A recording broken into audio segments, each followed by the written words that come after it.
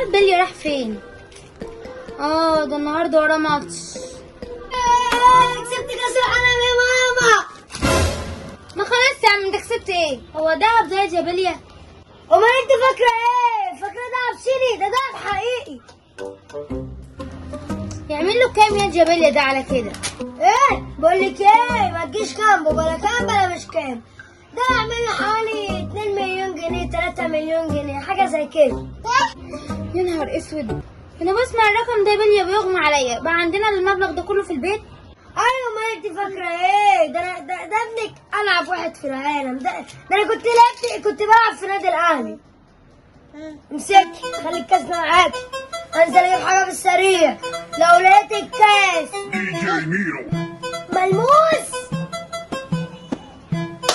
براحتك. تعالى كده اشوفك انت اللي عامل 2-3 مليون انت.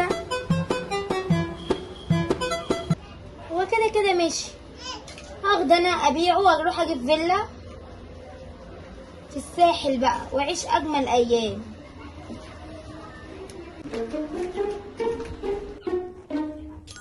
يا ماما الكاس اتعملت لي ب 10 مليون جنيه. امي فين؟ يا لهوي، والله ماما امي مجنونه بتعملها. انا فاهم مامتي بتعمل ايه. تنزل تبيع ب 50 جنيه فاكراها عادي. ده اتعرض لي دلوقتي ب 10 مليون جنيه.